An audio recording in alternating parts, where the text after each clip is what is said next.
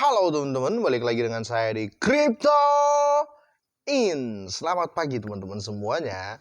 Semoga hari ini luar biasa buat kalian semua. Dan buat teman-teman di rumah yang dalam keadaan kurang enak badan atau dalam keadaan sakit, saya doain cepat sembuh teman-teman ya, biar kita bisa trading bareng lagi. Dan tidak lupa juga buat teman-teman yang sudah subscribe channel ini, saya doain sukses ke depan dan selalu sehat teman-teman ya. Terima kasih banyak atas dukungan kalian selama ini.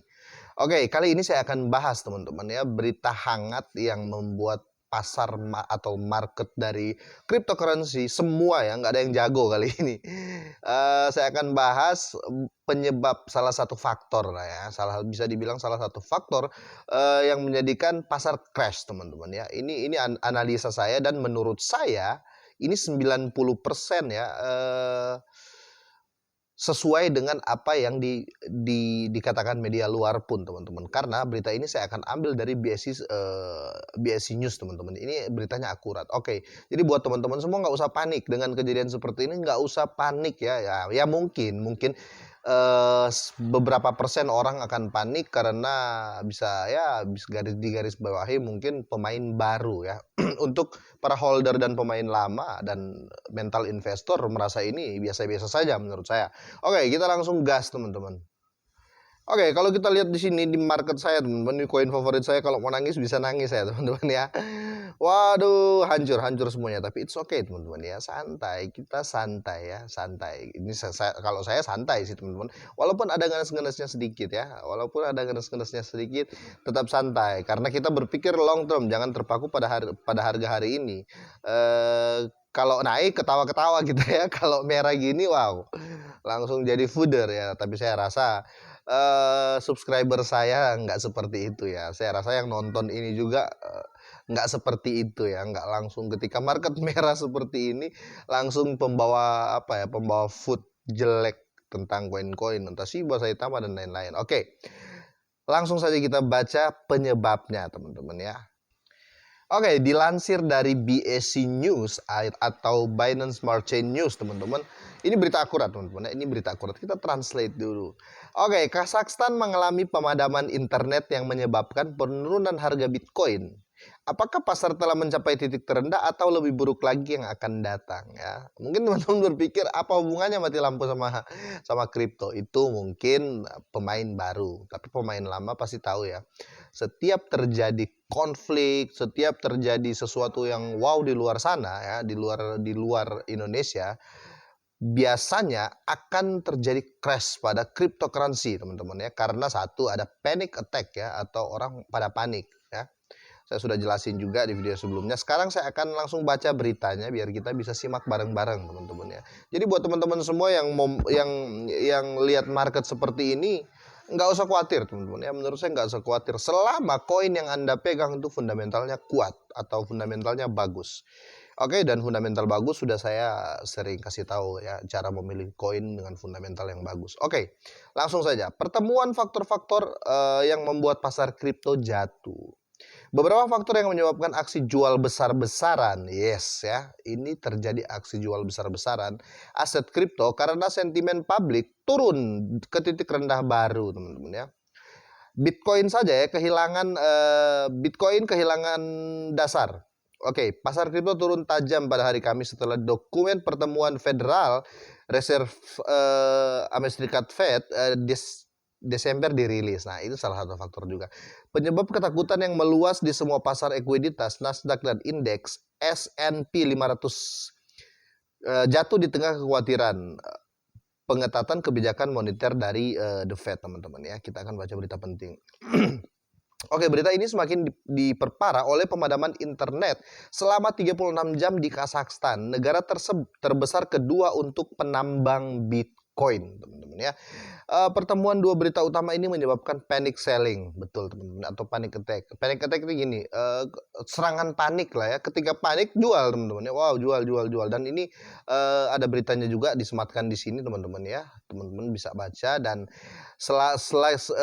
selalu saya katakan apapun yang saya baca itu saya harus ambil dari berita yang menurut saya valid ya. Jadi teman-teman bisa buka di Twitter saya dan lihat di profil saya itu sudah saya share ya berita ini, teman-teman bisa pahami kembali teman-teman. Jadi nggak usah panik. Oke, namun aksi jual hanya melikuiditas sebagian kecil dari perdagangan dengan leverage. Dalam sebuah tweet oleh analis coin on-chain, Will Clemente, sebagian besar kontrak margin yang menumpuk sejak Desember tetap tidak terpengaruh. Oke, oke, oke.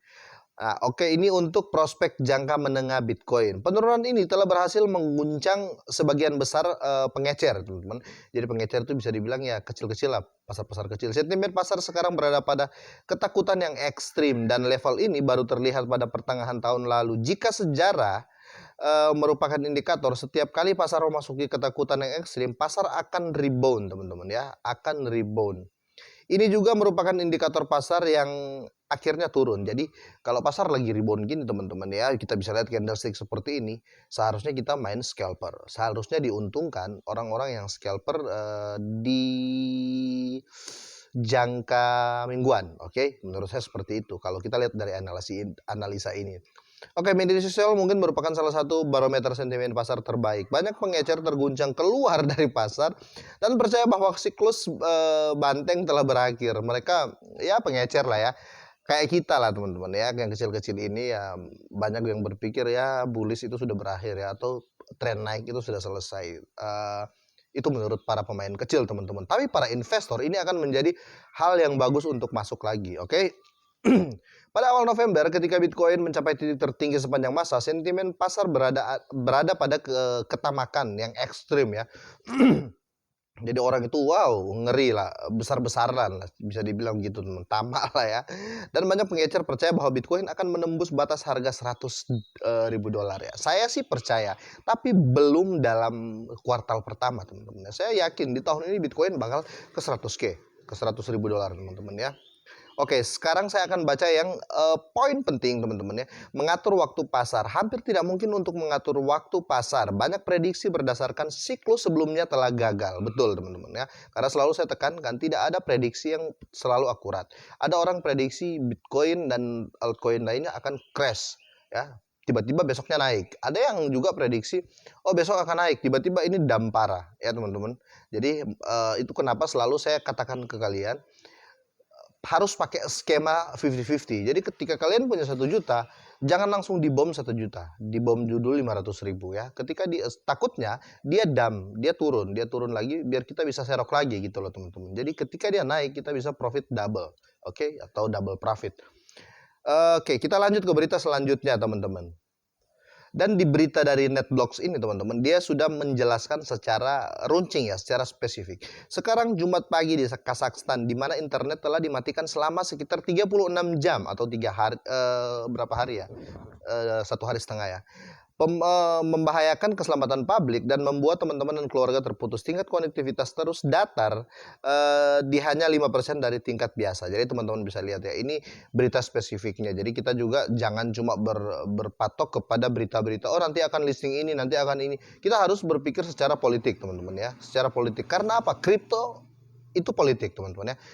Kripto itu termasuk politik. Politik bukan berarti politik yang ada di negara kita atau enggak. Maksudnya dia sistemnya politik ya. Ada gimana ya, bisa gimana untuk jelaskan sistem politik. Jadi di situ ada trik, ada intrik gitu loh. Kalau pasar kan trik dan intrik itu pasti ada jual beli di dalam, ada ngehold, itulah yang dimaksud dengan politik. Ada yang saya mau jual nanti dia akan naik, saya mau beli nanti pasti dia akan paham gini. Nah, itu termasuk politik teman-teman. Nah, apalagi kalau sudah dimainkan para pemain besar teman-teman ya, seperti itu. Jadi menurut saya untuk pasar crash kali ini teman-teman, ini jangan kita tertular panic attack yang sudah dijelaskan tadi teman-teman ya.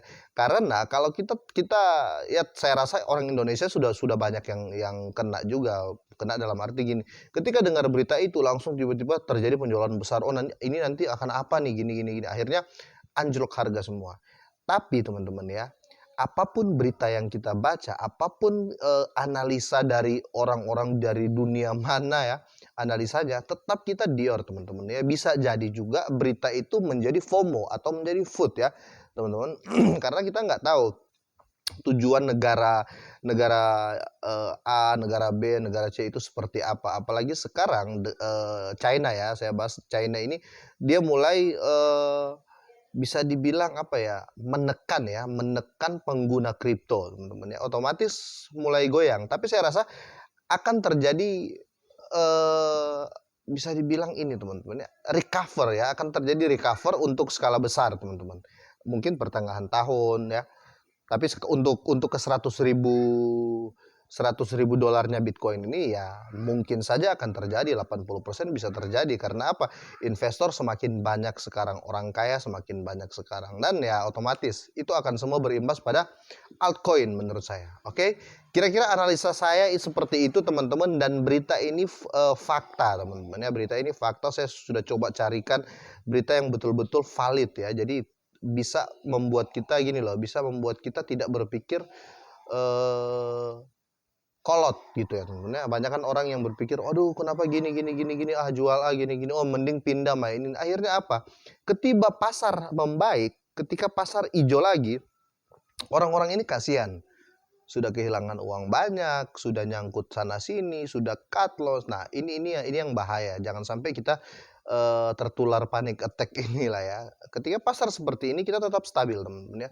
Kita tetap stabil. Karena apa? Ketika kalian pindah koin lain, percaya sama saya ya. Kalau kalian nyangkut, kalian pindah koin lain, belum tentu koin yang kalian pindah itu naik ya. Tapi ini menurut saya tetap Dior, Dior itu do your own research teman-teman ya. Jadi lakukan apa yang menjadi researchmu teman-teman ya. Yang kalau kalian yakin oh A yang benar bukan B, oh ya sudah saya ikut yang A, kira-kira seperti itu. Oke, ini saja info buat saya. Semoga info ini bisa membantu dan bisa menjadi tolak ukur lah buat kita semua ya. Itu saja dan selamat siang buat teman-teman kita semua.